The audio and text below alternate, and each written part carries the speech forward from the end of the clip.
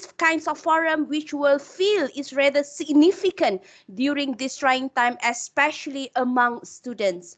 Here, I would like to welcome all of you to the forum entitled Managing Your PhD Journey. It is our privilege to have all of you, our beloved participant, with all of us today. On behalf of the members, Graduate Schools of Muamalat and Faculty of Economic of Muamalat, Universiti Sains Islam Malaysia, I would like to extend a very warm welcome to all of you. To receive for blessing for this afternoon gathering, let's begin our session with Ummul Kitab Al-Fatihah. Bismillahirrahmanirrahim. Alhamdulillah Rabbil Alamin. Rahmanirrahim. Maliki Yawmiddin. Iyyaka na'budu wa iyyaka nasta'in. Ihdinas siratal mustaqim. Siratal ladzina an'amta 'alaihim ghairil maghdubi 'alaihim waladdallin. Amin. Okay.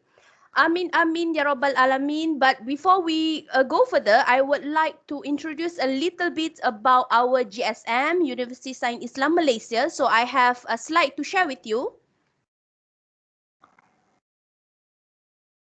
So GSM academic program, they have consists of two by research, which consists of Masters of Economic and Muamalat Administration, and also they offer Doctors of Philosophy in Economics and Muamalat Administration. So they also have offered academic program based on coursework. So they have Masters of Muamalat Administration, Master of Muamalat Administration Halal Product, Masters of Accounting and Sharia Audit, Master of Islamic Finance MIF, and also Masters of Islamic Banking MIB. So this is what we will have session today. This session will be moderated by Yang Berbahagia Dr. Muhammad Izani Mat Hassan. Can you say hi, Doctor, so that we can see? Assalamualaikum. Alhamdulillah. Yeah.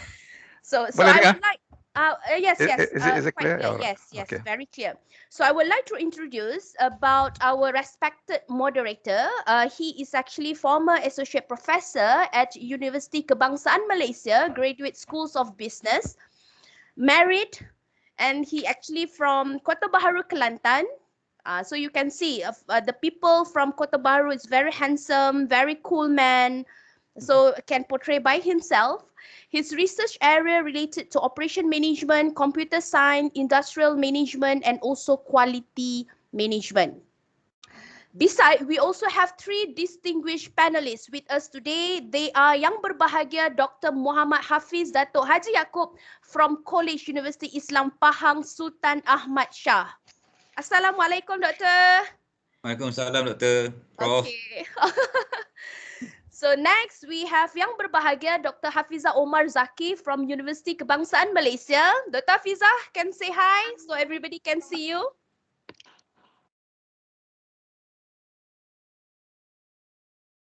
Dr. Hafizah? Okay, hi. Okay, hi. Okay, we also have, she is actually my good friend, Yang Berbahagia Dr. Nissa Abrasama from Universiti Teknologi Mara, UITM Melaka. Hi, Dr. Nissa. Hi, Dr. Umi. Thank you. Okay, so before we begin, I would like to highlight that participants may leave any related questions and comment in the chat section, and inshallah, I think during the session, Dr. Izani will try to respond during the Q&A session. So without a further delay, I would like to invite our much respected moderator, Dr. Muhammad Izani Mat Hassan, to continue this session. You are kindly invited, Doctor. Okay. Thank you very much, Dr. Umi. Is it clear? Okay. Yes, All right. kindly Okay. proceed. Okay. Thank you. Okay. So I think our programs have been delayed for a while. I'm so sorry. I don't know what's wrong with my connection, but finally I think we got in here. So I think we do not want to waste more time. I'll briefly introduce three of our beloved speaker. I think one from UITM, one from Pahang, and the other one is from USIM itself. So I think I'm not sure in terms of the order, but I think I have been reminded in terms of the order of presentation. I think Dr. Hafizah first, is it? Is that right? Hello? Yeah. I think so. I'm not yeah. sure. I wasn't. Yeah. Yeah, I think, yeah. And then the second one will be Dr. Khairul Nissa, and the third one will be the Dr. Muhammad Hafiz. I think that's the order I got it here. So let me introduce first our first presenter. I think this is to be interactive. We'll give the presenter for 15 to 20 minutes presentation. And then I'm not sure whether we can interrupt. I think we'll have the interruption later on. So we'll give 15 to 20 minutes for presentation. So the first presenter, Dr. Hafizah. Dr. Hafizah is a senior lecturer from in the marketing department of the Faculties of Economics and Management, Universiti Kebangsaan Malaysia. She is currently the head of emerging technology and big data. So this is new to me because I think I've left that faculty for quite a while. So this is the cluster at the Center of Global Business and Digital Economy, FEP-UKM. She holds a PhD in marketing, specializing in advertising and branding from University of Malaya, UM, and an MBA specializing. This is where I met her first time when she did some MBA, specializing in human resource management from GSB UKM. Her research and publication involves advertising, branding, digital marketing, and digital business. So I think the topic for the first presentation will be managing stress and supervision conflict. So I think without further ado, we'll invite Dr. Hafizah, please. Thank you so much, Dr. Zani. It has been a while since we last met. Yeah, I think it was 5 years ago. Yeah. Maybe. Yeah. I think maybe more 10 years. I think. Okay. Okay. So without further ado, I will start my presentation. Let me share my screen. Yeah. Okay.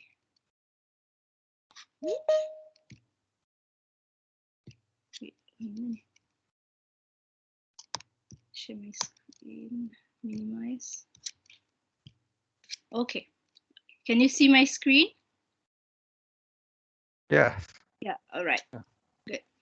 All right. All right. So basically for this presentation, I think I'm not going to go too formal. It's a sharing session anyway. So I'm just going to go like, I'm going to share my experiences as well along the way with all of you. I believe that all of you here are mostly PhD students, either in your first year, second year, or your final years. And yeah, stress and conflict is something that is very normal. Yeah, it is a normal thing for PhD students. Yeah, so this is the topic that I wanted to share with you because I have myself been experiencing this stress and conflict. Yeah. All right. Now, in my session here, I would like to touch on three things, which is the doctoral journey and the supervisory styles itself. Secondly, the stress and supervisory conflict, and finally, how do we handle the stress and the conflict? Yes. Now, okay, so before I start off with the detail, sharing on stress and conflict, if you look at this picture, I think all of you can, you can relate to yourself, right? As a PhD student, we tend to help others. We tend to help our other, PhD friends, even though we are not at our, at our best shape, yeah. Okay, so it says here PhD students helping each other out, even though their own life or thesis is a mess. Yeah, this can be true for some. Okay, and when we do PhD, right? When we are pursuing PhD in the first year, we always believe that it's gonna be walking in the flower garden. Yeah, so it's actually not that, because when you do PhD, there might be some who can, straight away complete their PhD without any hurdles, without any, challenges. But most of us will definitely experiences challenges, stress, conflicts, and so on. And if you look at this picture here, when you start your PhD, you feel excited, you have this energy, this positive energy that I can do it, I will finish in 3 years. That's what I also did. I when I started my PhD at I was very full of energy. I told my supervisors, okay, I can do this. I want to complete my PhD in 3 years. I want a GOT, right? So my supervisors were happy. Yeah, and I was really into it. Yeah, I was really into it during the first year, and yeah, during the first year I did not drown. Yeah, for some people the first year they drowned already, but in the first year I did not drown, so I managed to go ahead to the second year. But something happened during my third year. Yeah, my third year, something happened. I'm going to tell you later on. So for most of us, we experiences this. Some drown and they can go up again, but some drown and never go up again, right? They either quit or they face other problems. Yeah. So this is PhD journey. Yeah, and here I would like to share my journey, my doctoral journey so far. I started, I enrolled for a PhD at University of Malaya, Faculty of Business and Accountancy. I'm doing a PhD in marketing in February 2017. And as I told you before, I was very excited. I was so into it. So I managed to present and passed my proposal defense during the first semester, first year. It was so because I was so into it. Yeah, and on the second semester of the first year, I also passed my candidature defense. Yeah, and yeah, like I mentioned before, I get straight. I get to go very smoothly in the first year. And in the second year as well, I started data collection. I went for conferences. I published my first paper. It was okay, yeah. But when I entered my third year, in 2019, something happened. Yeah, something happened. Yeah, I do not sleep. This cat is sleeping, but I sort of sleep. But I will tell you about that later. Yeah. I'm gonna reveal why that something happened to me. Okay, towards the end of 2019. Okay, and it took a toll on me, very much. Yeah, and however, I managed to get up. I managed to go back on the surface, and I managed to complete my viva. Yeah. I presented my thesis seminar and viva in the late 2020, and I graduated in February this year, 2021. Okay, so I'm going to reveal you why is this cat doing, what is this cat doing here? I will tell you later, so that you think about it. Okay, now, so all of you will have to, when you enroll for PhD, of course, you will have to go through this doctoral journey, which is very much requires a lot of your time, your money, your emotion, and it can be something that is prolonged. Some people can complete their PhD within 2 years, but some people might even go to the extent of 10 to 11 years. Yeah, I've seen someone who completes their PhD at 12 years. Yeah, it was a very long journey, but they managed to finish. Well, again, it depends on the person. Yeah. And when we talk about your journey as a PhD student, myself as well, I experienced it as well. You know, there is a term we call managing. Yeah, and I think that will be explained by Dr. Nissa in the next presentation.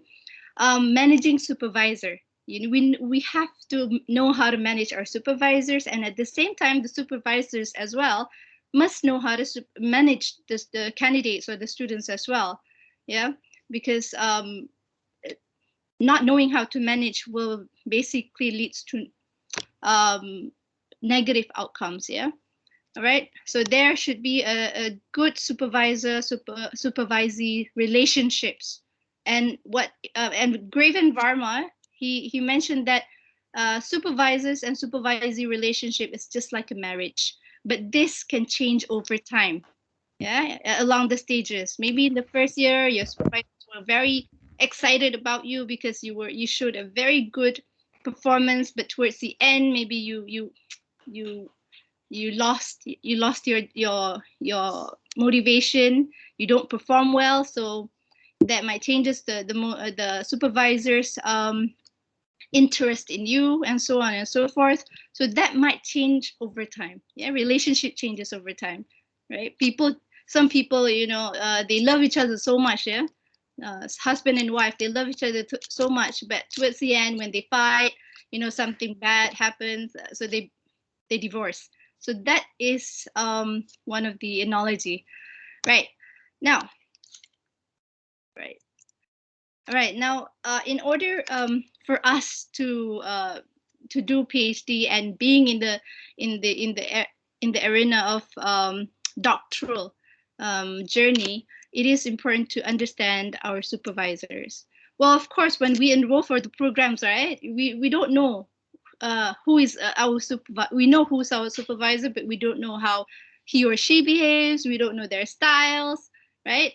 I do not. Me myself, when I enroll in my PhD program in I have no idea how my supervisor is. I do know their names, but I do not know how they work. I do not know how they behave. I do not know what they think. So I have zero knowledge on them. Yeah. So, but most of the supervisors are dominant in style. Yeah, dominant in style, meaning that they show big they show big dominant lah. They show that they are overpowering the situations. Yeah, they control the situations. But again, this dominant style needs to be flexible, because we have to understand that candidates or students are different. Yeah, we have the different capabilities and different ways of doing things, right? So let me just go straight to the styles. Okay, I think yeah, again, none of us knows what are the styles. I get to know these styles. Yeah, these styles, this framework, or they call it the matrix. Yeah, this style just right after I completed my PhD, which is quite late. But yeah, anyways, you are still in your PhD program, so I think it's best that you take this into consideration. Yeah, and there are, when I talk about supervisory styles, this also represent not just the supervisors, but also you yourself as a candidate or students. So basically, there are 4 different styles, yeah, that we can either adapt ourselves with the styles, or if we're lucky enough, we get this, we get the same styles like our like the supervisors. The first style is pastoral style. Pastoral style here means that both the supervisor and the candidates, they support each other. They use all the support that they get.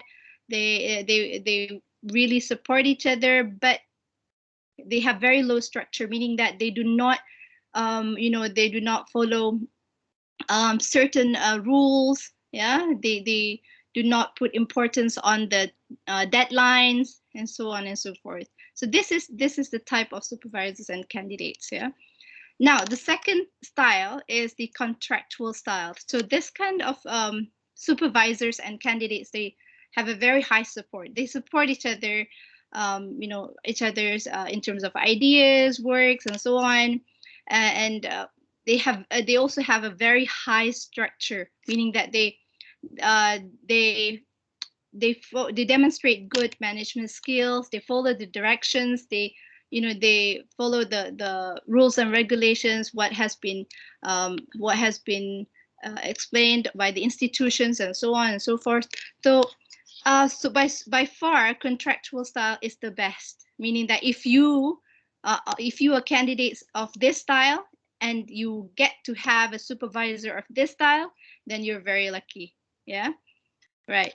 So the next one will be laissez-faire style. Laissez-faire is basically referring to freedom. Yeah, freedom, flexibility, meaning that the supervisors and the candidates, they don't even care.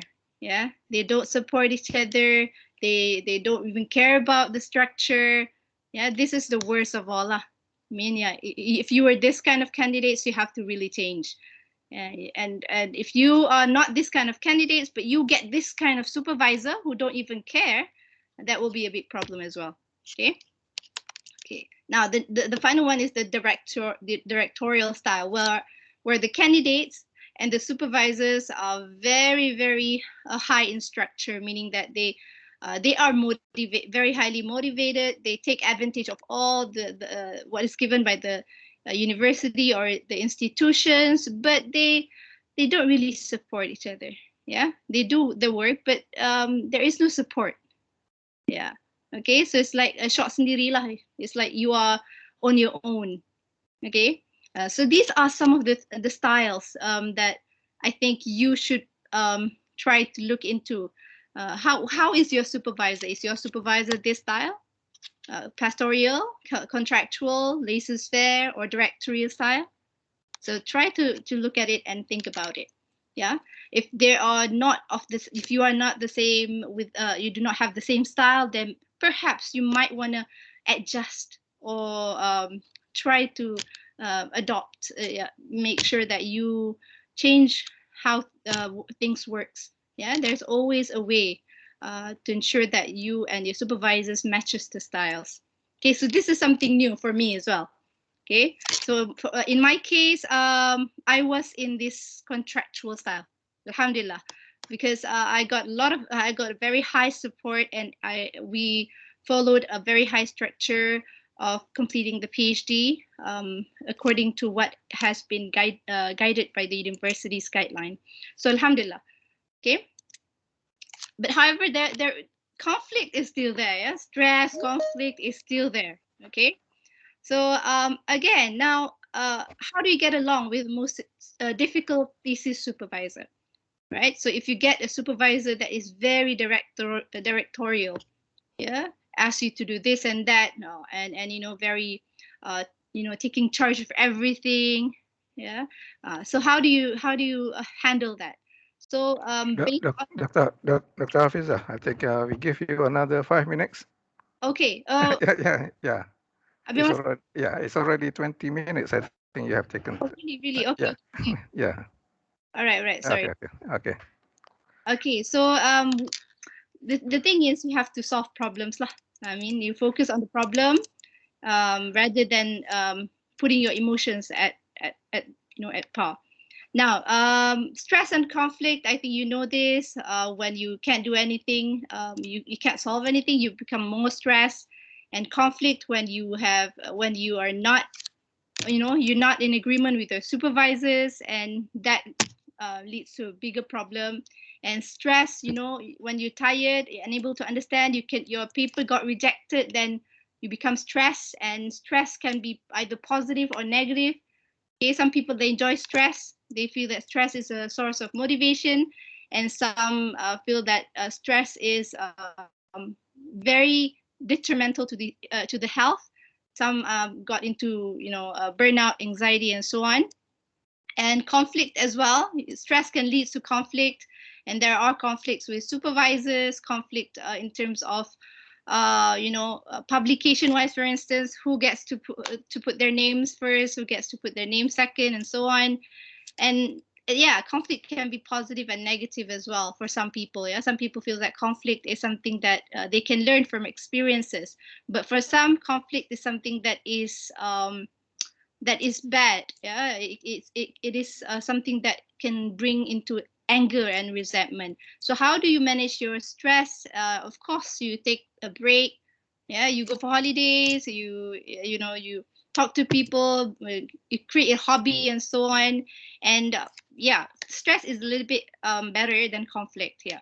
But if you have a bigger conflict, you can use this method by Kenneth Thomas, where he said that you can either be a shark, you can either be a shark where you compete with the supervisor. You say, oh, it's my way, I want to do it my way. So you ignore your supervisors.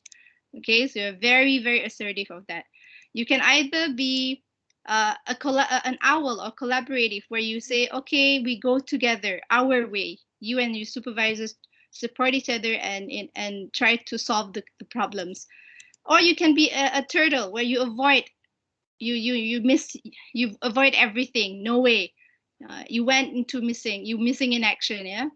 Or you can be a teddy bear, yeah, where you accommodate your supervisor.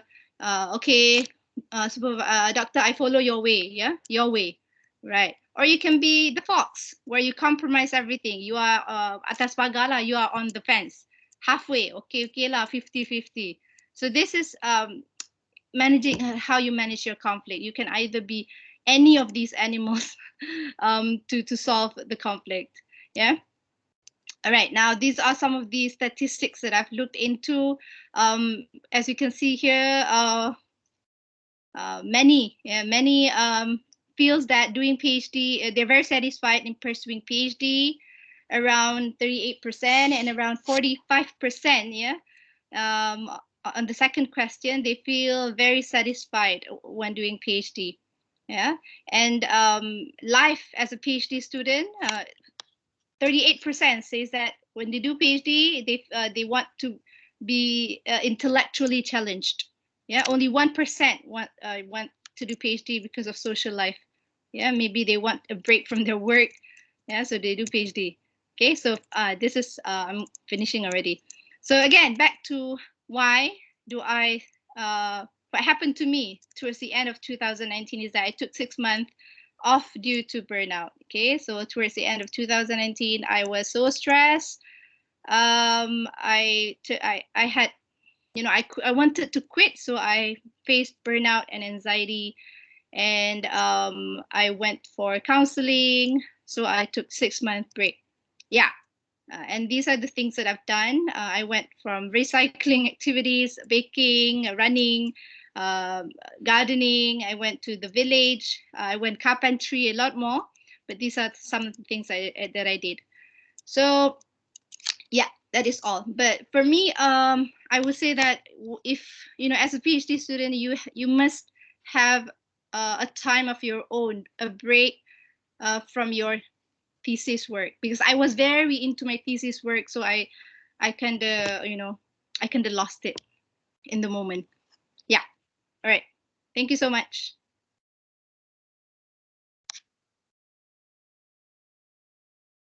Okay, Dr. Izani, back to you. Okay, I hear you. Yeah, thank you very much, Dr. Hafiza. Very interesting experience. And it occurs at the moment that I think is a very important stage in the third year when you got stressed. And a PhD is a very unique experience, I think, for everybody. I think if we ask 100 people, then they have a different experience. So I think that's what people say about PhD. So I think without further ado, we go to the next presenter. I think Dr. Nissa, isn't it? Is it? Yes, thank yeah, you. all right. Okay, well, Thank let you, me. Dr. Izani. Okay, I am. let me introduce you first. Dr. Nissa Abrasama is a senior lecturer at the Economics and Finance Department, Faculty of Business Administration in Faculty of Economics and Muamalat of USIM. Research specialization, economic sustainability, financial development. I think that she's from, she's currently the head of Research Ethics Committee at the Research Management Unit of UITM Malacca. She holds a PhD in Economics and Muamalat, specializing in financial development, as I said earlier, and also certified as Islamic financial professional from INSIAF. Her current research and publication focus on economic sustainability, financial development, zakat, digital finance, and gig economy. So without further ado, I think we give the space for Dr. Nissa. Please. Thank you so much, Dr. Zani. Is my voice is clear or not? Yeah, it's clear to me. Very clear. Okay, thank you so much. All right, Bismillahirrahmanirrahim. Assalamualaikum warahmatullahi wabarakatuh, my friend, ladies and gentlemen. Okay, so basically, I was given to share with you about how to get started and manage your PhD life system. So basically, so the main topic of my sharing knowledge today is about planning my PhD. So basically, when you want to plan your PhD, it's like you are planning for your traveling. So I know lots of us love to travel and you always plan ahead. So that's how you plan for your PhD. So a basic profile about me before I go further about this topic. So I am your ITM lecturer. I started PhD in 2017, quite similar with Dr. Hafiza. And also at early stage, I started as part-time students. Okay, this is when I did my defense proposal, or we call it quantifying test, QT in USIM. Okay, at first I started with part-time, and after that I managed, I defend my proposal, and then I managed to get a sabbatical leave for full-time. Okay. So these are my supervisors, okay, Dr. Nur Siti Nur Azira and also Dr. Nur Adli, okay. And I just got my Senate in April 2021. And why USIM, okay? So never mind, just go for it. So my contents, when you want to conduct or you want to plan something, you must think that you must put yourself with this kind of question. Why? What? Who? When? And how? So these are lots of questions. So basically there is no fixed system and how you want to get started and how you want to manage your PhD. It's how you think. Okay? So for the first one, why? What motivates you? So this is very crucial. Okay? So the same thing, if you want to travel, then you ask yourself, why do you want to travel? Okay, so basically people want to travel because they want to have a break. But PhD, you are going to travel for a long journey. Okay, so why? So the first thing first, okay, basically people will say, fi sabilillah, because of Allah, lillahi ta'ala. So that's true. When you begin your study, the first thing that you have to niyat fi sabilillah, because of Allah. Okay, that's how your study become jihad. That's how your study become ibadah. Okay, but then you are going to have a long journey. So you might face some challenges, okay, ahead. So what makes you motivate? What you stay motivated? Okay, so that's how maybe you have to find so many reasons. Okay, so your intention is one, but you must have so many reasons. Okay, so for my case, is my mom and my husband. Okay, because these are the person who always ask me, when do you want to start your PhD? When do you want to register your PhD? You better you do your PhD. So they pressure me. Okay, that's not for me. That's more for my and husband. Okay, and your loved one. Okay, when you see your loved one, maybe some people will see that, okay, I want to do a PhD because I want to become a role model to my children. So something like that. Okay, So career path, yes, because I am UiTM lecturer. So I think as a lecturer, we need to do PhD. That's what I think, okay? And lastly, there are so many other reasons, okay? So this is how you motivates you. What motivates you, okay? So you must list all the reasons, okay? So I don't know, I heard someone says like this, and ulama, philosopher. So he said that when you want to do something, you need to have one intention. So basically, al-amalu biniyat, okay, al-amalu biniyat wal amalu biniyat, okay, one intention because of Allah. But when you want to, but you must need so many reasons, okay, because if you don't, you false, you know what motivates you. You look at the bright side. You look at the positive sides. Okay. So this is a picture of my mother, my husband, and my children. Okay. So when you look at them, this has made me motivated always. Okay. So what makes you stay motivated? Well, so for me, the immediate one is coffee. Okay. So coffee and PhD is something like unit together, complement. I don't know about others, but it's for me. Okay. All right.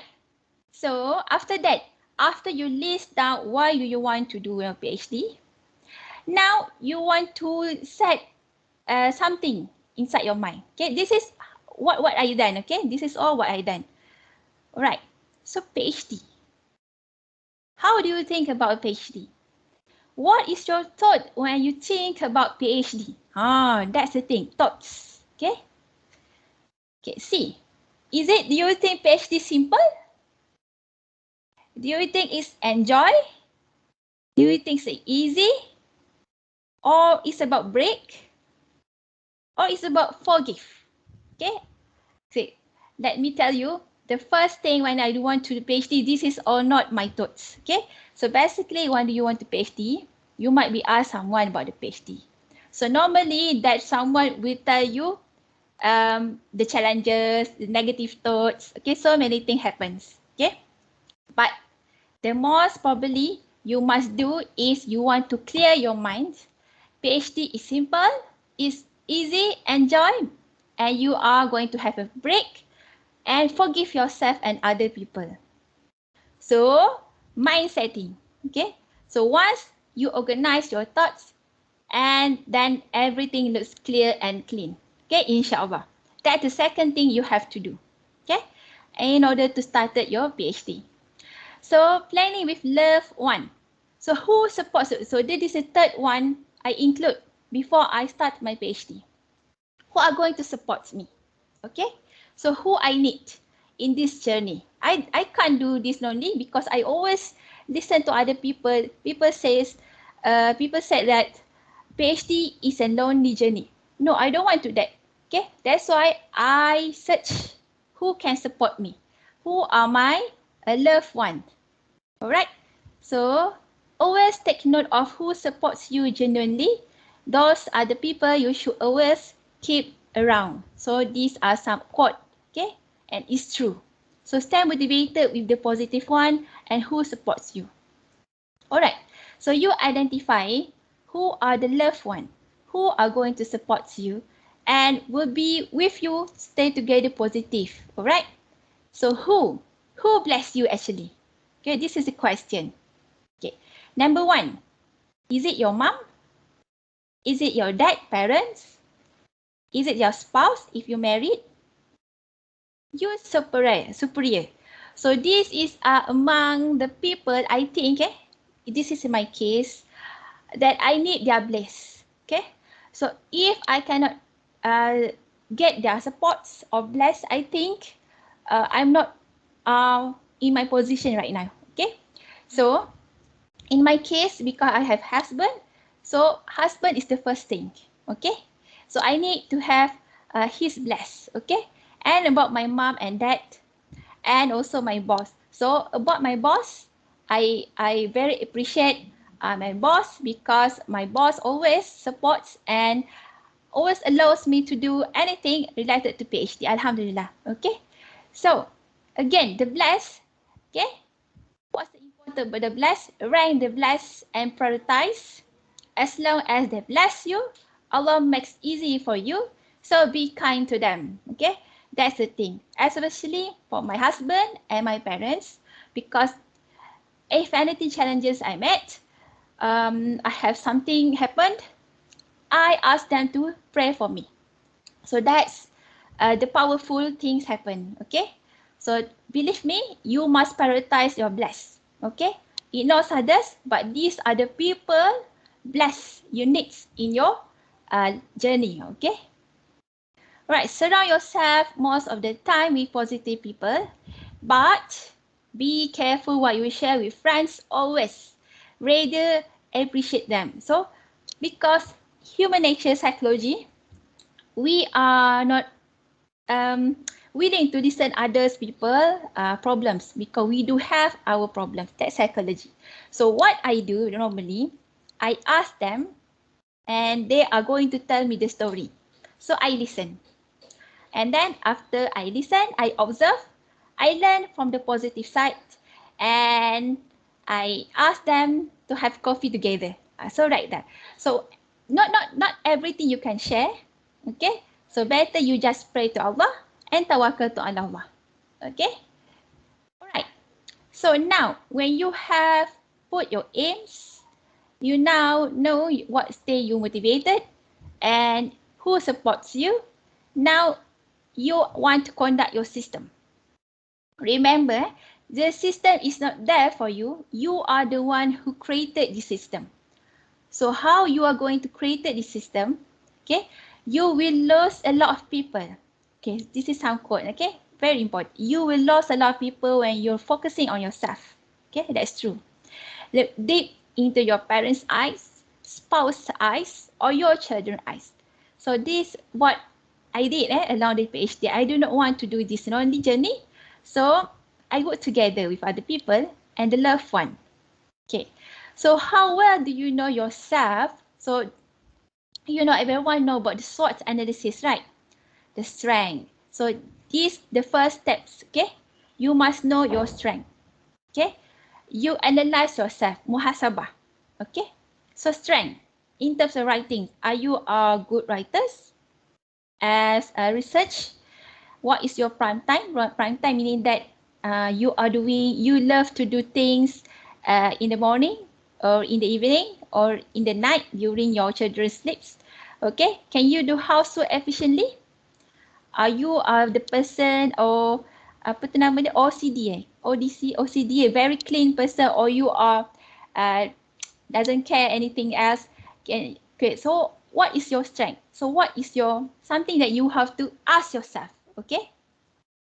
When assess your hobby, maybe because your hobby, for example, you like to play a game, and that might be something that will challenging for your PhD, something like that. I don't know. Can you stay motivated, or you are person easily to be influenced by the negative thoughts? How? Are you positive enough? Okay. So you have to ask this question. Opportunity, what do you have? If you don't have, how to get it? Okay. So opportunity is something that you don't have inside yourself. You need to earn from outside, from externalities. So what the opportunity have? Maybe your parents are quite well known, well off. They can provide you sponsorship. This is from the financial support. Or you have friends that can help you about the PhD. And that's a lot of opportunity. Okay. So trade, have you prepared enough? If don't, what you should do? So this what I ask myself before I start my PhD. I look myself first. All right. So and then after I sit down and look myself, and then I look at the people around me. Okay. So system routine life. In the morning, what happened? Who cooks for your family? My family. Who will handle children? So that's how I think. Okay. Because I'm not good in cooking. Okay. So alhamdulillah, my parents stay with me, and my parents my mother love to cook. So that's the advantage of my PhD journey. That's one of the advantage. So how about you? Okay, who will handle your children? Okay, so for example, your children, who will send them to school, so something like that. So you have to work. This how you discuss with your spouse. Okay. All right. So in the morning, what time you should wake up? Okay. Once you want to pursue your PhD, when you want to write, when you should wake up. Okay. Okay. This is the question you must ask them. Is this your prime time? Okay. For me, I'm not the morning person to do writing. So my prime time is late night. Okay. So I stay like late night. So this is for me. Afternoon, your children daycare, your parents care. So if you have people around you that need your care, how do you manage them? So this is you must settle before you start your PhD. This is what I think before I start my PhD. Right? Back from school, work, okay? And some my colleagues who do PhD, they still take their children, fetch their children during the school hour, and then that time is actually, you can say that's a very crucial time. Okay, so for me, I cannot do something like that. I pass to other person. Okay, so because during my PhD, we believe that during our part time, all the time is very precious. Okay, we want to write something. We want to read the journal. So dinner, housework, how about that? You discuss with your family or something like that. You train your children to do their homeworks by themselves. Okay, so this is routine life. You have to create the system. You are the one who create the system. You discuss with the person. You make them understand. Okay, you say something like that. I want to do PhD. This PhD must take something like that. And then I hope you understand. Okay, so something like that. You discuss. You provide alternative. All right. How about the financial support? Okay, so you have to think, you are going to have self support for yourself or you're going to get scholarship. This is very another important things. Okay, so you must segregate about the financial system. Okay, is it enough? If you want to self-support, is it enough your income to support your PhD expenses or something like that? If scholarship, alhamdulillah, there's no worries. Okay, so this is I consider before I start my PhD. Okay, so how about works? If you are working, you must think about your superior. Okay, do you need approval? How to make them understand you? Okay, you must take into account of all of these things. Okay, can your colleague back up you? How about colleague? Do their thoughts are matter to you? All right. So, and then clients, student, can you manage them? Do you make their life, will make their life more miserable? It's not your life, it's others person's life. Because we don't want, because our PhD, we make others people's miserable. Okay, or do you have any other options? Provide an alternative. And finally, do you understand how your work are operating? Can you do a part-time PhD? So this is the work system. This is the system of your working place. Okay, so different from your system as PhD life. So how do you connect these two things? Okay, so these are the things that you can. So basically, I wrap up. I wrap up the system you need to create it. Okay, you need to create. Okay, so first visualize. Is the PhD life routine is realistic for you? Okay, so your work, how you cope with the your work time management, your spouse schedule, Saturday needs, school, career life. Yes, you need help for things you can't make it. Okay, for me, I need help from somebody else. Supervisor, Google Scholar, their student expertise supervisor is very important. You have to know well your supervisor. Okay, but in my case, I never know upfront. I never knew her. I never knew him. We never met before. What happened? I perform solat istihara and hajat to know them. Okay. So routine there, your time is very precious. Simple cooking, 2 hours of writing, follow the trace of successful people. So these are the things that you have to visualize yourself. Okay. You sit down, you visualize yourself. Can you do this and that? Okay. While doing PhD. Okay. So now you need to choose. You want to do PhD part-time, self-support, or you want to PhD full-time scholarship. It depends on you. Which one do you prefer? Okay, both have advantage. Okay. So now planning, let's start to plan. Okay. So I just give you you know how to start the plan. For me, this is I work my, okay. Maybe you want to start this year, you want to end up 2024, 4 years, or you want to GOT 2023. But for me, I started in 2017, okay. But actually, I prepare myself in early 2014, okay. So I just registered in 2017. So 8 years before, 8 years for me to prepare something in order to start PhD, okay. So essentials for PhD, you need, okay, some an analogy. You want to travel, what do you need? Okay, this is the checklist, all right? Research skills, set of skills. What is your skills 1 to 10? You know yourself, okay? Writings, publication, methodology, analysis. So this is the basic thing you have in order if you are intend to GOT. Okay, supervisors, the arts of dealing with supervisors. Sometimes you need to do extra homework. You need to read the books, how to deal with the people. Okay, so logistic is your uni. Dr. Nissa, Yes, we yes, give you Dr. another 5 minutes. All right. Yeah, Okay. Is your uni offers variety support for your PhD and software support. Okay, Mendeley, TI, Google Search, Library Database. So something like that. All right. Finally, your destination, you must visualize yourself.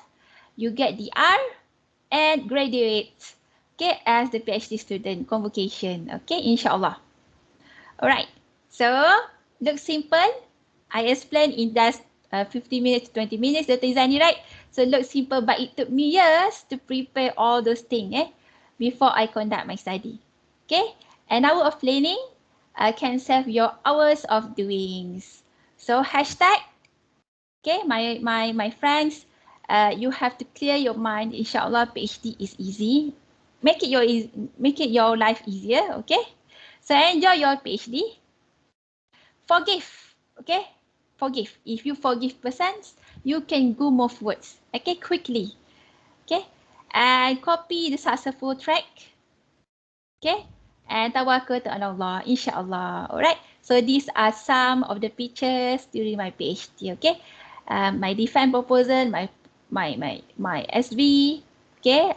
The trainer, okay? Prof. Lau, my parents, the thesis, okay? And then the person who supports me during my PhD, okay? So thanks, that's all, Dr. Izani. Thank you so much. Oh, thank you very much, Dr. Hairunisa. It's very personalized experience. Um, um, I think you are talking a lot about the supports around you. So I think that's very important for a PhD journey. Okay, we have the next speaker, Dr. Mohammad Hafiz, Jakob. Also graduated from USIM, similar to same as Dr. Khairunisa. Previously, he did his MBA from UUM and also BBA from UUM, I think. And he has experience, I think, as Timbalan Rector Academic and Antarabasaan, I think, in QIPSAS, is it? Yeah, Yeah, in bro. QIPSAS. Yeah. So probably he's in that position now. I think you graduated earlier than the two presented earlier. I think in 2019, isn't it? Yes, bro. Yeah. So we have an earlier experience. So I think without further ado, I will give the floor to Dr. Hafiz. Okay. Bismillahirrahmanirrahim. So I guess loud and clear, Prof? Yeah, Alhamdulillah. Okay, thank you, Prof. Bismillahirrahmanirrahim. Alhamdulillahirabbil alamin wassalatu wassalamu ala asyrafil anbiya wal mursalin wa ala alihi washabbihi ajmain. Rabbi shrah li sadri wa yassir li amri wa hlul 'uqdatam min lisani yafqahu qawli. Thank you a lot to Prof. Dr. Izani. It is a great honor to be introduced by a distinguished scholar as you. Prof. Dr. Izani, if you remember, you had several times coming to keep SAS before as part and parcel of becoming a MQA panelist, I think. So we meet again today. It's a very long time ago. I would like also to thank all of you here. It's very long time ago. Yeah, Yeah, really. bro. I think 2006. So you Yeah, came maybe. in to you came to Kipsas, I think. Yeah. I think several times. Yes. Mm. Okay, Prof. And then I would like to thank Prof. Dr. Khairul Akamalia and also all the GSM FAM USIM lecturers who spend times this evening, this afternoon. And thank you for fellow presenters today. After hearing or listening all the presenters' experience before, it makes me feel like I am a dwarf among all the giants. Although Prof. Dr. Izani said I finished earlier, you have to look at my starting point. I started my journey in 2014, Prof. So I think it took me 5 years or 9 semesters altogether to complete my PhD. And also I can see here there are several lecturers from USIM. We have Prof. Dato here. And then several other lecturers, and then I also saw Liza from GSM. So it makes me think again that this is not actually a sharing session, but this is actually a QT session, because all the lecturers are here, the GSM are here, and also for example, Prof. Dato is here. So as for me, it has been a long time since I last presented in English. So it cost me quite a challenge and sweaty experience now. So hopefully I can settle this early than the time allocated, because this is the advantage of being the last presenter, because people would not pay me a lot of attention anymore. I hope I can finish this within a stipulated time. Let's move on to my journey. As I said earlier, I took about 9 semesters altogether. There are several ups and downs in my journey, as I think most of us who did our PhD will also face the same experience. Okay, sometimes we plan for the best, but Allah give us the more than the best. Okay, so as I stated here, when I registered in 2014, I was already late about 5 weeks, and the lecturer said I cannot enter any of the research method class or data analysis class. So what I did in the first semester was reading only. So I read and doing my literature reviews, and then for the second semester in 2014-15 session, then I follow all the classes. Semester after that, I did my colloquiums, and then after that, I applied for my QT. So between 2015 and 2016, things didn't go as planned. Okay, there are very hard time for me. Okay, these are the 2 years that I have. I think I have spent a lot of. It went a lot of things, a lot of time into the drain. And then also in 2016, I was diagnosed for having a gallstone. Then I cannot do anything for about 3 months. And then I done my QT in 2017, in semester 2, session 2016-17. And then after doing my QT, I did my data collection, and then 2018 in 2018 I finalized my reports, and also preparing for my intention to submit. However, there are also several incidents that causes me to delay my Viva presentation. Okay, so this is my journey. So this was my journey. So everyone has his or her own journey. So I think what we did here is we have to appreciate the moment. Okay, we have to learn. Just now, Dr. Hafiza and Dr. Nissa has already explained a lot about what we should do. Okay, and we can. I think the students can take the examples of previous presenters of their. You have to take their experience to be your guidance. Okay, so what about me? So as I stated earlier, I am not GOT. I haven't got the GOT, and then I finished late. Okay, I took about 9 semesters altogether for full-time students. So it makes me to realize that I cannot share a lot of things, okay, because I am not a fine example. So what I did was, I think what I want to share here is what not to do, okay, so that you can, you guys, for those students, you can take my experience, or my experience later, to become the boundaries for you, okay. So this is just a normal quote, and I suggest that you subscribe to the to this comic, phdcomics.com. It relates a lot to our PhD life.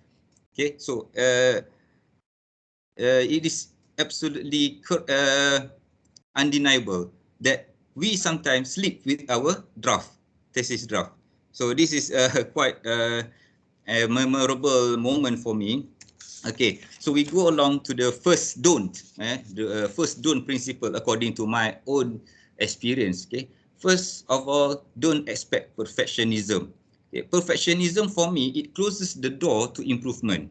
Okay, so if we see, if we learn about operation management, for example, okay, we learn about TQM, total quality management. We learn about continuous improvement. So these are the concepts, the principles that show that perfectionism is not something that we can achieve. It is impossible for us to achieve. Just like, for example, maybe in economy, I don't know, mungkin maybe Prof. Datuk can explain more. For example, if we assume that we can get a zero unemployment rate, okay, it is impossible to get a zero unemployment rate in a real life.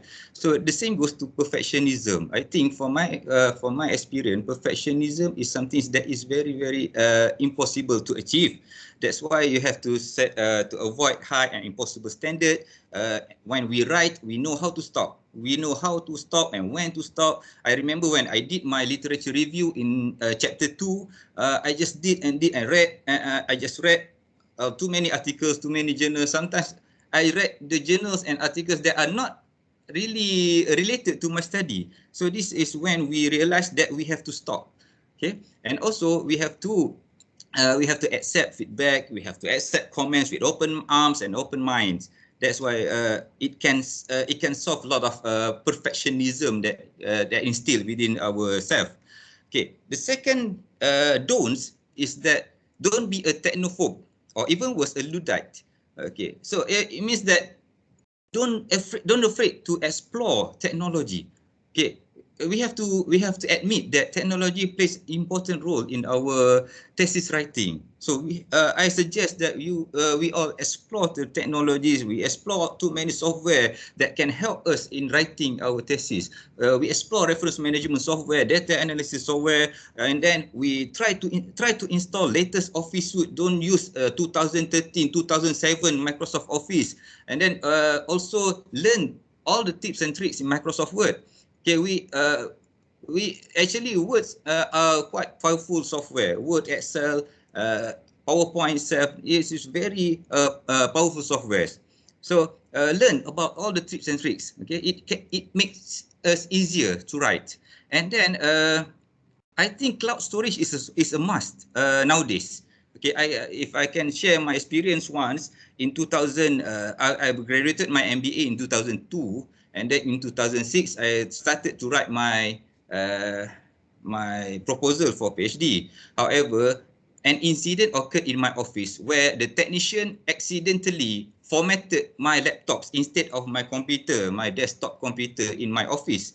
At that time, there were no backups of backup hardwares and no cloud storage. So I lost a lot of things that pushed me to start my PhD, and it took me about 10 years to start again. So we don't know what could happen. So cloud storage is a must right now. And then use Mendeley, use EndNote, learn SPSS, MMOS, Smart PLS, anything that is related to your field of study. Okay, and also I am also learning how to use Atlas TI and Vivo right now. And then I also suggest that you explore Scholar One, ORCID, Web of Science, Publons, etc., that will help in your publication. So it is not too late for you to start now. Okay, I hope that you can you already registered for all of these software websites. The third one is don't destroy yourself. So we have learned about we have heard about stress, okay, and also managing conflict during Dr. Hafiz's session just now. So feeling lonely and isolated is a common. Although we try to avoid this, somehow there are certain times in our study path that contribute to our loneliness. So don't isolate yourself. Okay, don't isolate yourself. Identify those who have same research interest as yours, and then you can also involve in online communities such as doctorate support group. Or if you're feeling stuck, go for a break. Okay, go for a mama break, or like Dr. Hafiza said, you can go to a vacation. Okay, just don't destroy yourself and delve yourself into your thesis very much. Okay. Okay, we have to learn how to take a break from this madness. Okay, the number 4 is don't leave your responsibilities. Okay, there is a trend that I saw when I was there, and when I came back here reporting duties to my college. There are trends. This is quite unhealthy, where the students expect supervisors to examine their work. So, for example, they just do it without the quality, okay, without the quality, and then they just do it with hope that their supervisors will correct for them, will correct the draft for them. So this is not healthy. So for the students, I believe we have to strive to always do it right at the first time. Okay, don't put all the responsibilities of checking your draft thesis to your lecturers, to your supervisors. Supervisors are there to guide us, to support us, to finish our studies, but not to check thoroughly one by one all your mistakes. Okay, so as a student, we have to produce quality writing at the first place. Okay, so this is one thing that we have to avoid, for my opinions. Number 5. The rule number 5 is don't be too defensive. Of course, we will face where people argue our work. Okay, people will argue your work, whether it is in QT session, or in your colloquium session, or when you're presenting in many conferences. So people will argue your work. So this is the part where you want to defend your work. Okay, but you have to defend with facts. Okay, but don't be too defensive. This is the thing that I learned from, I cannot remember, but GSM once held a workshop before, and then there was a lecturer from UPM. Okay, he said that we cannot be too defensive. Okay, we can defend because it is our work, but we have to open our mind to criticism. Okay, because this is where we can get new inputs to improvise our thesis. So what I did was I didn't reject totally anything that people criticize. Okay, people give comments on my presentation, then I will accept them. But after that, I came back to the faculty. Then I will discuss with my supervisors whether we want to accept this criticism, whether we want to reject this one, and so on and so forth. Number 6 is don't lose hope. This is very important because in time, there will be a point of time in your PhD journey where you lost your hope. Okay, it is might be because of internal or external events. Okay, internal event might be something that you can control, but sometimes there are external events that we cannot control. We cannot gain control over that. Okay, but it affects us. So we kind of lost hope during this time. So I had several times. Just to share, Prof, Doctor, and fellow friends.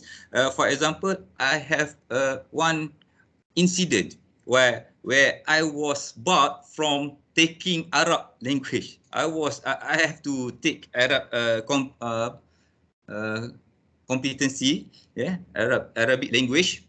So I have to take the class. Okay, however, I was barred because there was a time where I take care of my sick brother. Okay, he was diagnosed with cancer in 2014, the same year as I went to further my study. So in 2017, Okay, in 2017, he died.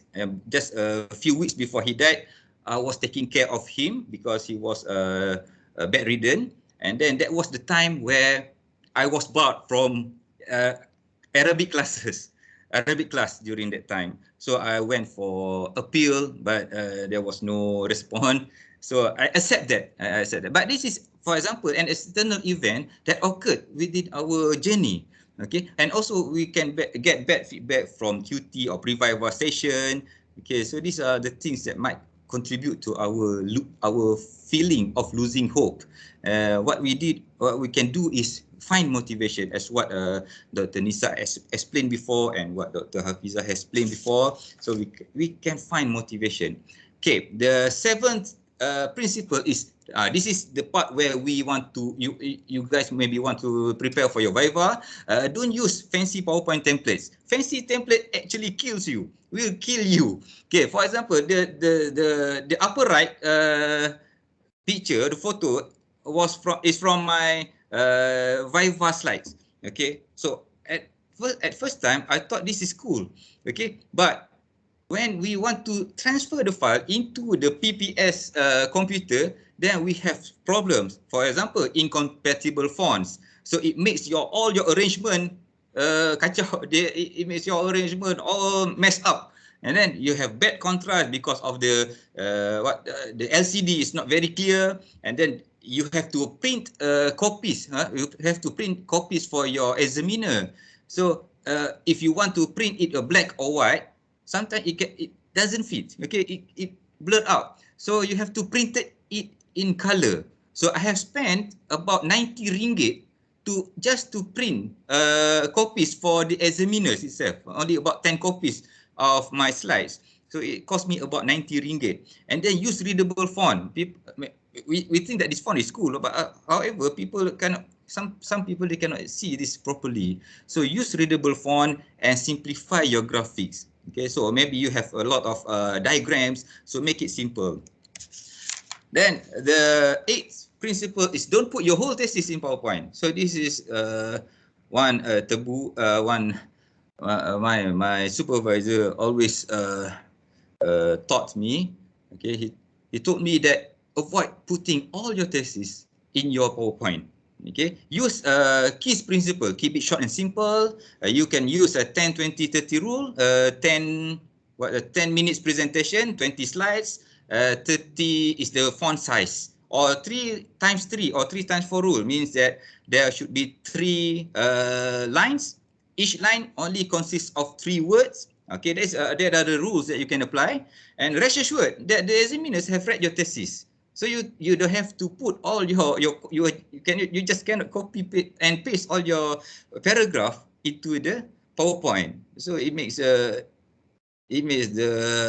viewer feels less pleasant. And then number 9, this is also the preparation of your viva. Don't overburden yourself. Okay, viva was a presentation requires full concentration and also preparation. So what I did, we have to get the blessing from your parents, maybe your spouses, especially when you are a guy and you are takut bini, you're afraid of your wife, then you have to get the blessing from your spouse as well. And your children too. Don't forget your children. Tell the children, anak, sons, bapa is going to the final battle. Okay, bapa is going to final battle. If bapa get no correction, then bapa will buy you iPad, each and every one of you, knowing that we will never get no correction. So if no correction, then I will bring you only to malls. So I just bring my children to the malls because I haven't got the no correction result. All right, and then spend a day and night before viva voce alone. Okay, this is only my experience. Well, I have to admit something, or it's nearly 20 minutes already. I have to admit I did not perform well in my viva voce. In the end of my session, there was a tea break session, and then one of the lecturer, Prof. Kalsum from FEM, she came to me and she asked me, Hafiz, did you bring your family over here? I said yes, because 2 days before viva, my family came from Kuantan. So before that, I stand alone in Nilai. So no wonder, she said, no wonder your presentation was like that. So she actually smells that that is a reason why we have to exclude ourselves just for a few days or a few nights before the Viva session. Again, this is my experience. I don't know about the others, but this is my from my own experience. And then the final one is don't stop writing. Once the PhD is done, a researcher is born and you are the researcher. Okay, so writing is a must for researchers. Exercise the writing continuously. You have to maintain the momentum. For example, if you are like me, when you report back, and then you have to be responsible for administrative job, then you will miss writing. For example, like me at this moment. So my advice is don't stop writing, even though you have finished your PhD. Right. As the conclusion, PhD is very meaningful journey. Okay, it gave us gray hair, weight gain, sometimes weight loss, but it is rarely occurred, weight loss. It gives us ups and downs, sweat and tears. Just appreciate the moment. That's all that I'm prepared, Doctor and fellow friends. Stay safe and healthy. And then therefore, that's all. Thank you. Thank you very much, Dr. Hafiz. Yeah, very. Hello, excuse me. Yeah. Hello. Yeah. All right. Yeah. Okay. Okay. Thank you. So we have three presentations. Very, as we see earlier, it's a very unique experience for everybody. The journey is not the same, and although we focus on certain issue, I think that Hafizah on the stress and conflicts, and Dr. Nissa very much on the support, involved, with positive people rather than demotivating people. And Dr. Hafiz is very much what not to do or don'ts in PhD journey. So again, we thank everybody, and I think we want to probably listen to others also, their response on this presentation, ask questions and so on. But I think I want to have this privilege to ask Datuk, because Datuk has, Professor Datuk, did his PhD a long time ago. I think, maybe he wants to give some words, wisdom, is it doing PhD, years ago is different from doing PhD now? Datuk, ada kah? Hello? Datuk macam dah keluar dah ni. Datuk Oh, dah keluar dah. Alright. Okey, tak apalah. Dr. Khairul akan melihat nak bagi. Dr. Khairul lama dah. Boleh ke? Sikit, sekejap. Orang lama lah, orang paling lama. Yeah. Thank you so much to all the speakers. I think all the speakers have pointed out a number of very important things in the PhD journey. So actually, I have forgotten many of the hardships ni, Dr. Zani. So yeah, but after listening to their talk, then some of the I am able to relate to many of the things that they are discussing. So the issues of what not to do, kan, Dr. Hafiz, and then also Dr. Nissa was talking about the family system, the support system, and also Dr. Fizah was trying to explain to us about the stress and supervisor conflict. So all of these are the things that we can relate to, and somehow in our experience, everybody has their own journey, kan, Dr. Zani? So it's been a while, so some of the things I'm able to relate, but of course doing PhD now, I think is somewhat different than it was like 30 years ago. Because 30 years ago, the situation is that we are not as connected as we are today. So at my time, I didn't know what others are experiencing. So it's even lonelier than the things that you have experienced. But of course, we actually didn't have any benchmark, because we are not connected. We are at least in my case, because I'm doing my PhD, so I was not really connected with others who are at least Malaysians. Of course, I have my classmates. So things are quite different, but some of the experiences I think are quite similar. But I think the external factors are totally different now compared to my previous experience. So I think one of the emerging things that I think has been mentioned by our presenters just now is about the GOT. Yeah. Yes. So this is really I think to many old timers kind of it's very some expectation I think from PhD student. So I think previously, Dr. Zani, we only have the expiration of the scholarship as the as the pressure. We don't have things like GOT. Yeah.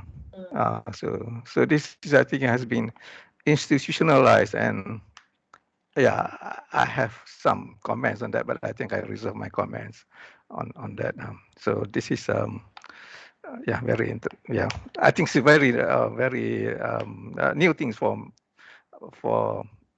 current PhD student. I think they are aspiring to be GOT, the supervisors also, the institution as well, because of this ranking and so on. So I think I think as Dr. Khairul Akmal said, maybe it is 30 years ago. I think some supervisors not emphasizing on your graduation time, but I think on the material, on the scholarship, all those kind of things. That once you achieve that scholarship level, they think that you are there, and I think they will happily graduate you. So this is, I think, very much there. But I think here now we have many stakeholders, so I think we have to somehow, we are living in this environment. So I think that's so. Okay, I think we'll extend the Q&A or comments. Is that okay? Do we have any question from students? Any of you?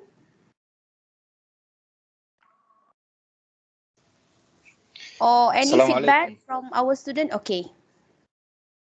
Yeah, proceed. Assalamu alaikum. Waalaikumsalam. I am Tariq Burgess Leblouch. I am from Jordan. Okay, proceed, Tariq. Bismillah ar-Rahman ar-Rahim. I need to follow the words of the Dr. Muhammad when he said 3 steps. This is very important in the PhD journey. So about open your mind to criticism and also keep writing, or don't stop writing about if you have conferences, or you have if you want to write to, for example, journals. And also when he said, don't lose your hope or don't lose your patience, because the PhD journey, you should be more patient. Actually about this, because almost I finished my PhD, I finished my Viva and also, alhamdulillah, the correction. I am in the last step now to submit the hardbound copies of the thesis. So I leave this journey, and sometimes when we are thinking as a student, because we are still in PhD, we are confused, we are stuck, and sometimes this is because you don't have patience, no one support you. For me, my supervisor, I will just send my regards for her, and if possible, I can mention her name, Associate Prof. Dr. Nuraliz Abu Wahab. She support me about the journey, and she is like and motivate me also about this journey. This is for me because I am in the Malaysia and I'm not local, I'm foreigner. She support me too much, and I will send also my regards to the professor that to Dr. Muhammad Haj Ilyas, because he's my teacher in the research methodology. According to my supervisor also, she supported me. I published 4 papers. I presented 3 conferences, and I'm still PhD student. So this is, for me, it's okay. And according to advice for Dr. Muhammad, when he said, keep writing, don't stop. So about this, I didn't hear before when he said, open your mind to criticism about your supervisor or staff in the university or your colleagues also. Just I need to share, I want to share this with you about my journey, but I said I am finished. Alhamdulillah, and thank you for this meeting, and thank you for Dr. Hafiza and Dr. Khairul Nisa, and the chairman also, the professor, I think, Mohammad, and also you, doctor. Thank you. Okay, thank you. Thank you, Farid. So your question is about open your mind, is it? Open your mind, yeah. Yeah, okay. Dr. Hafiz, yeah. Assalamualaikum, Tariq. Dr. Muhammad. Waalaikum assalam, Doctor. You are in Jordan now? Yeah. I think you did your title was Surfball, right? Surfball. Yeah, my title? Yeah. Surfball. Do you need me mention about my title about this? I am in the theme and my title about the online banking. Online banking, right? Okay. What I meant was by saying that we have to keep our open mind. Is that if we are very defensive, okay, if we are very defensive, then we cannot accept any other opinions or any other suggestion. That makes it makes our knowledge and our what we call it, our process of writing is quite it narrows our scope of writing. So in case in the case where we open our mind, we can relax. Okay, we can relax our reaction towards any of comments and criticism. This is because one of my experience, not from FAM or USIM, there was a tense situation in Viva session in which the candidate tried to defend himself too much. So when that is what I meant by open mind. We have to open our minds to any criticisms. Not that we accept that. Okay, we have to open our mind. And like I said before, if we not agree with that, then we came up to our supervisors again.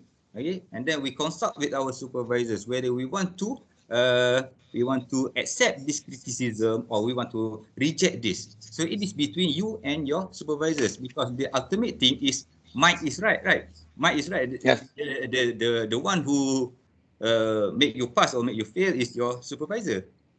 So anything, we have to open our mind first, whether it is from conference session, whether it is from your QT session, your friends, and then you came back to your supervisors. That is what I mean, and that is what I suggest to all of you.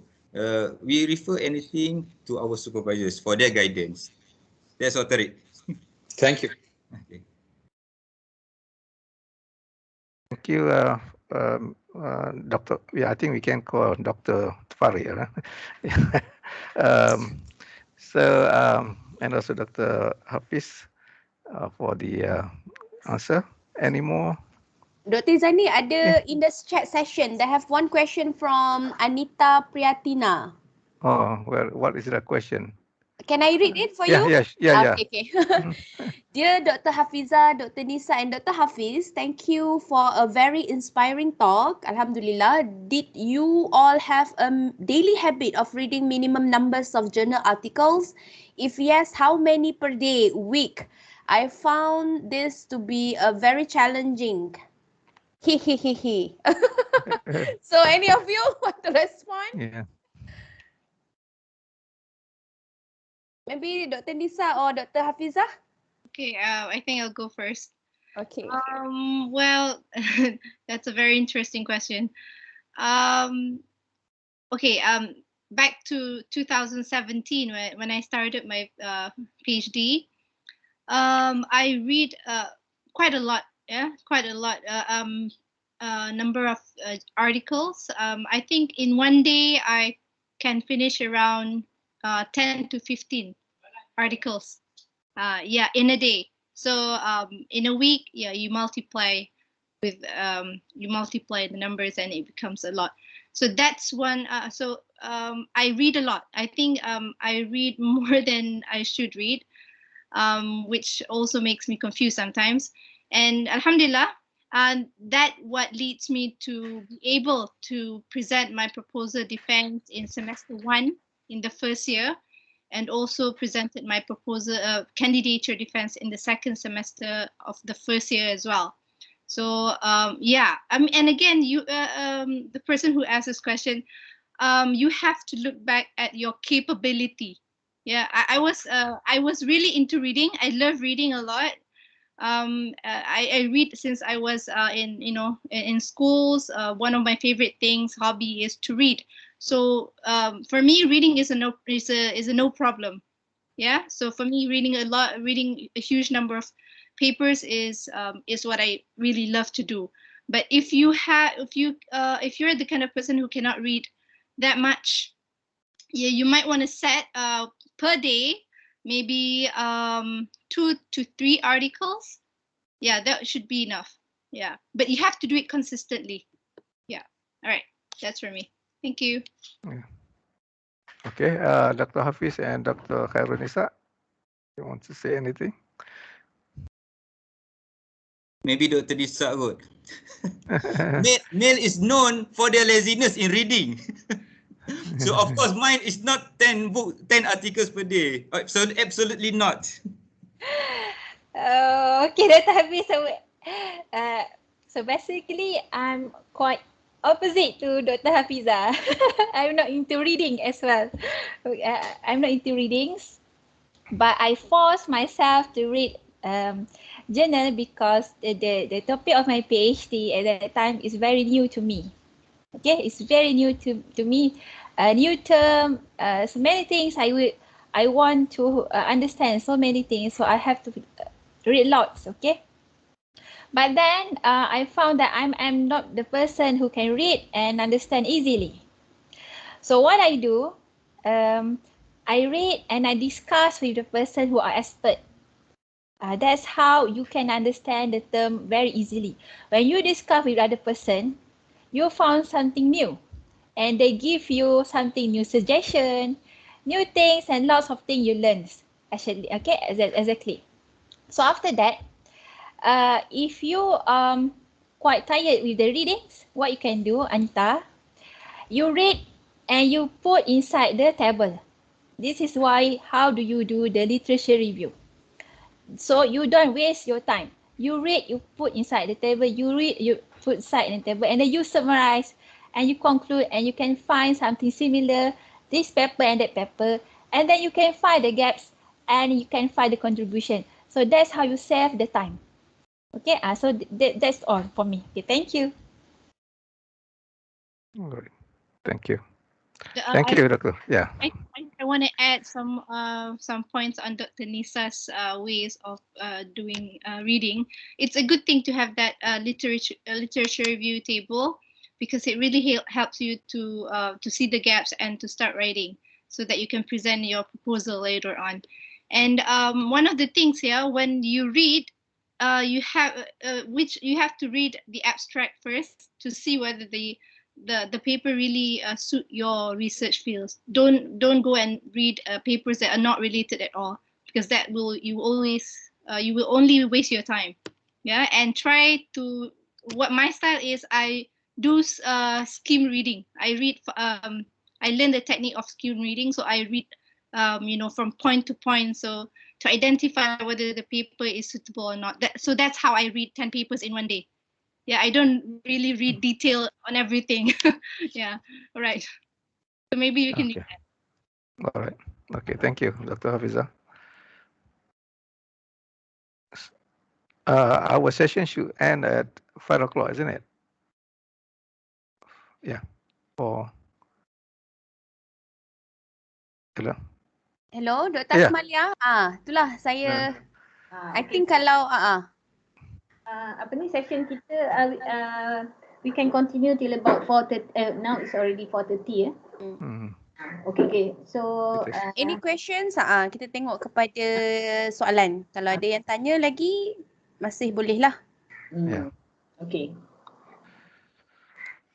Any questions from our participant, respondents? Yeah. Siapa nak tips, encouragement, motivation? So this is the time for you to get some info from our speakers and also our moderators. Yeah. We have on the list here. I already not only student, isn't it? Yes, yeah, we also yes, have so- academic members from FAM also. So maybe we may want to hear from the academic members their observation. Yeah, of course, we heard very much from students' experience. You know, yeah. Hello. Ada yang kat tangan tu, Dr. Umi? Oh, mana. Oh ya. Sarita. Saya tak perasan. Yeah. Sarita. Okay. Okay, Yeah. kindly proceed, Sarita. Okay, Assalamualaikum. Salam. Very good afternoon for Assalamualaikum, very distinguished speaker. Thank you so much for the very informative information that you're sharing. So I just have one question, actually two questions now. Because I'm actually a part-time candidate, PhD. So I find it very challenging for me lah, because of part-time, right? Because full-time working. So what is your advice? What will be the biggest challenge for us to pursue, to overcome, and then what is the advice for us to overcome it? Thank you so much.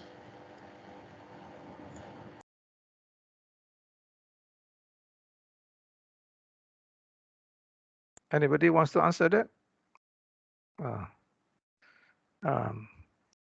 I think Dr. Nissa has the experience of part-time, and maybe I'm not sure. Dr. Hafiz also possibly. Yeah. Dr. Hafiz part-time ke? Saya full-time. Full-time. Oh, okay. So I'm the one who did part-time at first and then full-time after that. Yeah. Okay. So Sarita, if you don't mind, what is your career right now? And if you want to share the biggest challenging things you have. Okay, I'm a lecturer, actually a full-time lecturer, but the working hours is quite taxing, like it's 21 hours. Yeah. It's private. That's happened to me. Private university. That's happened to me as well. It's very challenging. Yeah. I really looking forward for the advice from your side. Thank you so much. Okay, thank you. So this has happened in UiTM as well, because we have working loads of very high, about 18 to 21. And we have to do research as well, and we do have to have organize an events, so something like that. Okay, what happened to me? This is I asked about the support from the superior. Okay, so the superior, the first thing first, I let them know I'm going to do a PhD. Okay, so still, the superior, where you still are working, your work is your work. Okay, so something like that.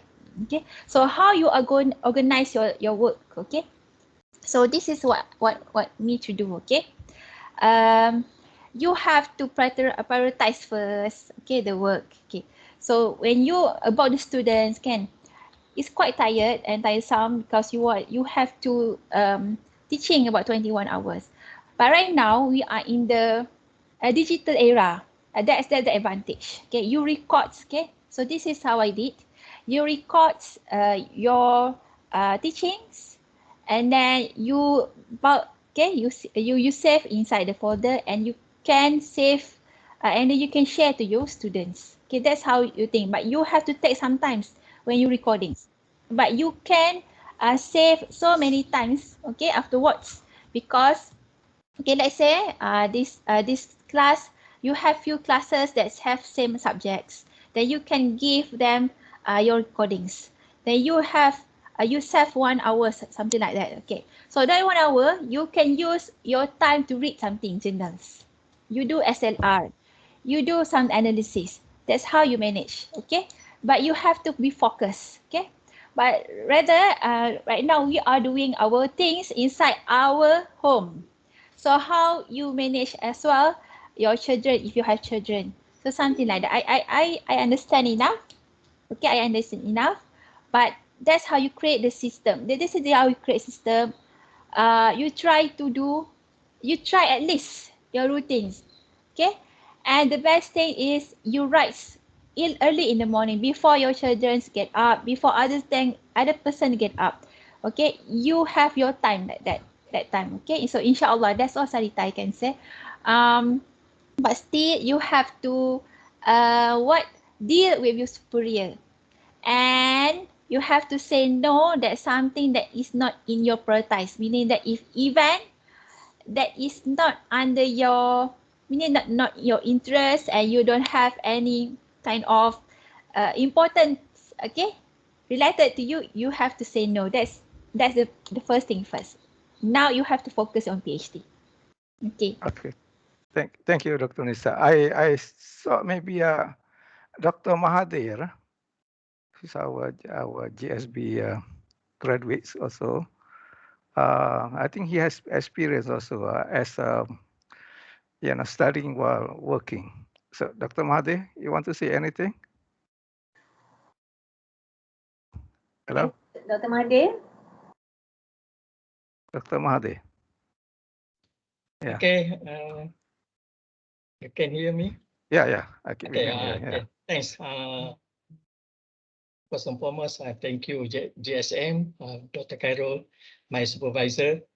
Okay, as a part-time student, okay, the most important thing is to manage our time.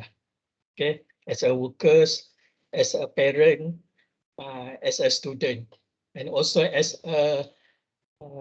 our responsibility to our parents also. So 4 main responsibility we have to carry. So the first thing is the most important is to manage our time.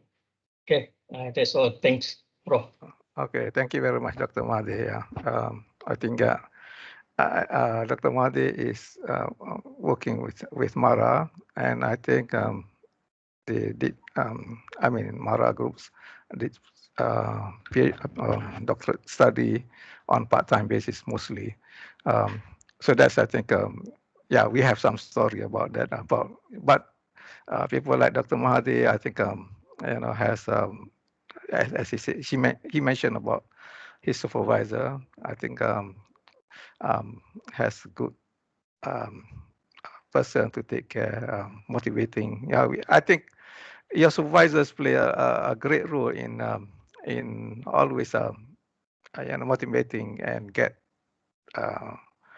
things to be done and so on. So I think is there any more question, Dr. Omi? I think for time being, no. Yeah. Anybody Okay, is raising so hand? Yeah. yes, I think no. Yeah. So Dr. Akmalia, how it goes? Or we just want to end our session? We can end our session, Dr. Mi. Okay. If there is no new question. Okay. So I think thank you so much kepada yang berbahagia Dr. Muhammad Izzani Mat Hassan and all speakers for this sharing session. So ladies and gentlemen, for the photography sessions, I would like to invite everyone to switch on your camera so that we can capture very beautiful moments with our panelists today and also with our respected moderator. Dr. Mi, sebelum tu minta maaf tadi saya payah nak masuk I try to enter. Tadilah lambat tadi. Saya minta maaf semua. Dr. Izzani ada apa-apa pesanan ke sebelum ni? Ada apa-apa conclusion? Ada conclusion pun boleh. Saya I think I'm quite I'm a friend to Dr. Zaini Hujan. I think Dr. Zaini Hujan is one of the very prolific writers, efficient, a lot of reading. I think he wrote some tips, of doing a PhD, to get it on time, to have the quality and so on. So I think that's a very good tips for a PhD student. So Dr. Zaini Hujan is the KSU of Kementerian Air Hijau and so on. This nak sebut pupayah kementerian tu. So if somebody can get, I think it is very motivating to be frank with him. He writes a lot, he reads a lot, and I think he can produce a lot. I think so. If somebody can get, to be friend with him or get his book and so on, I think that I think is very important. This is just my recommendation. So please, so that's it. Ada 10 tips tapi saya tahu nak letakkan tips di sini ya. There are tips to as a PhD student. I think we covered managing supervisor time and so on, stress, and I think he wrote. I think Dr. Zaini is good in managing and utilizing time. It's very good. And also in networking. I think later on, if you are in the academics, you need this networking. So he's exemplar in exploiting the network. So I think if you can learn from him and invite him sometime, okay. Mungkin kita boleh invite dia lain kali, Dr. Akmal ya. Sure, he's very happy to do that.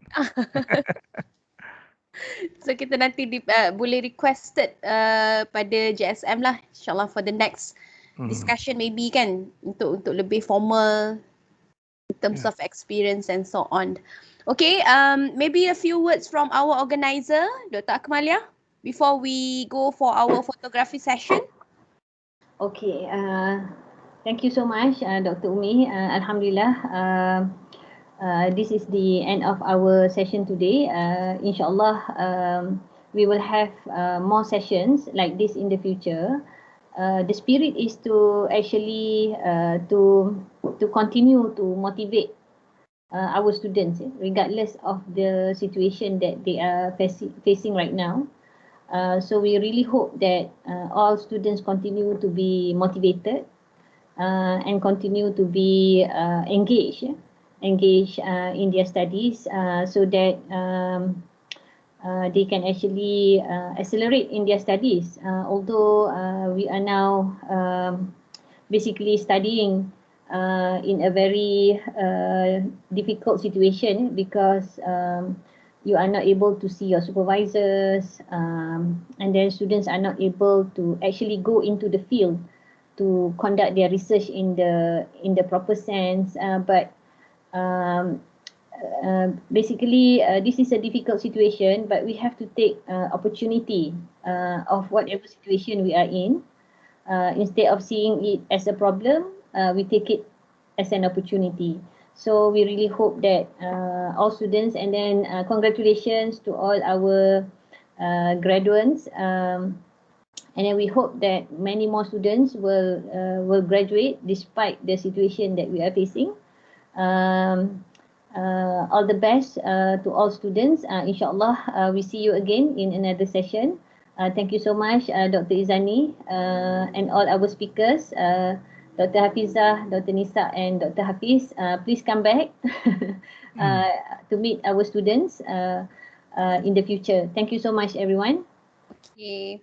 So I think Rosliza, are you ready? Okay, Doctor. Okay. Kira-kira 1, 2, 3. Tak boleh gambar tak comel. Okay, 1, 2, 3. Kejap ya, saya kena pastekan dulu. One more. 1, 2, 3. Okay, dah. Okay. Done? Done. Okay, so ladies and gentlemen, once again on behalf of the organizer, I would like to record our thanks and appreciation to yang berbahagia Dr. Muhammad Izani Mak Hassan and our illustrious panelists for today and very engaging session actually. So I really hope to see all of you again in future. Now I would like to postpone our ceremony today with Tasbih Kifarah and Surah Wal-Az. Thank you. Wabillahi taufiq wa hidayah. Wassalamualaikum warahmatullahi wabarakatuh. Thank you everyone. Thank you so much, Dr. Izani. Thank you. Okay, terima kasih. Terima kasih semua. Ya, okey. Kata habis dah. Okey lah, tak jumpa InsyaAllah jumpa lah. Ya. Doktor sekarang kat UKM tadi lah. Sekarang saya sudah orang pencen lah. Mana Dr. Akmaliah tu? Nak masuk ke apa tu dia tu? Tadi ambil gambar Dr. Khairul tak ada. Oh ya ke? Ya ke? Struggle with the camera. Tak apa, baru je set. Okay. Apa ni? Terima kasih Dr. Izani. Nanti datang lagi ya Dr. Izani. Datang di sini lah. Datang kat ikut talian. Join lagi. InsyaAllah. Okay. Dr. Hafiz sekarang siapa lagi kat Quips?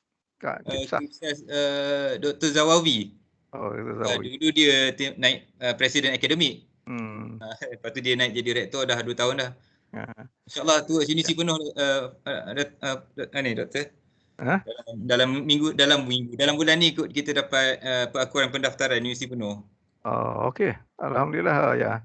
Dulu kawan saya tu Profesor Dr. Ishak tu dah arwah. Ya, arwah. Dah tinggal ya. So saya tak tahu ya. So yang dia dah aktif juga kan? Prof Hasnah, Datuk Prof Hasnah di USIM sekarang? Oh, di USIM dia. Oh, saya pun tak perasan ya. Ya, Datuk Hasnah Harun. Kawan-kawan tu. Prof Waziah pun masih lagi tak? Prof Waziah. Prof Waziah masih ada Dr. Izani. USIM kawan. Dr. Mak Muda tak ada? Tak ada, di UWIM kan? Tapi saya tak tahu sekarang. UWIM tak ada dah. Tak ada juga dah dia.